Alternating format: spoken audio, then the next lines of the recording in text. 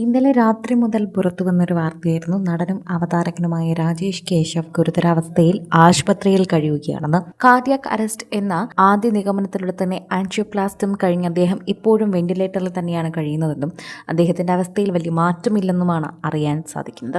ഇതിനെ തുടർന്ന് അദ്ദേഹത്തിന്റെ ഏറ്റവും അടുത്ത സുഹൃത്തുക്കൾ ആകെ നമുക്ക് ചെയ്യാൻ പറ്റുന്ന ഒരു കാര്യം എന്ന് പറഞ്ഞുകൊണ്ട് ഒരു പോസ്റ്റ് പങ്കുവച്ചിരിക്കുകയാണ്. ഇതിലിനി ചെയ്യാനൊന്നുമില്ല. ആശുപത്രി അധികൃതരും എല്ലാ മെഡിക്കൽ സജ്ജീകരണങ്ങളും അദ്ദേഹത്തിനോടൊപ്പം നിൽക്കുന്നുണ്ട്. ഇനി നമുക്ക് ചെയ്യാൻ സാധിക്കുന്നത് അദ്ദേഹത്തിനും അദ്ദേഹത്തിന്റെ കുടുംബത്തിനും വേണ്ടി പ്രാർത്ഥിക്കുക എന്നത് മാത്രമാണ്.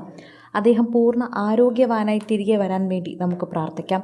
സുഹൃത്തുക്കൾ എല്ലാവരും കൂടി പങ്കുവച്ചൊരു പോസ്റ്റാണ് ഇപ്പോൾ പ്രേക്ഷകരുടെ അരികിലേക്ക് എത്തുന്നത്. ആദ്യം ഇതൊരു ഫേക്ക് വാർത്തയാണെന്നാണ് എല്ലാവരും കരുതിയത്. പിന്നാലെയാണ് ഇതിന്റെ സത്യാവസ്ഥ എല്ലാവരും അറിയുന്നത്. ഫേസ്ബുക്ക് പോസ്റ്റിന്റെ പൂർണ്ണരൂപം എങ്ങനെയാണ്?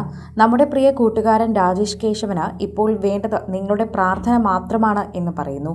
ഞായറാഴ്ച രാത്രി ക്രൗൺ പ്ലാസ ഹോട്ടലിൽ നിന്ന പരിപാടിയുടെ അവസാനമാണ് തളർന്നു വീണത്.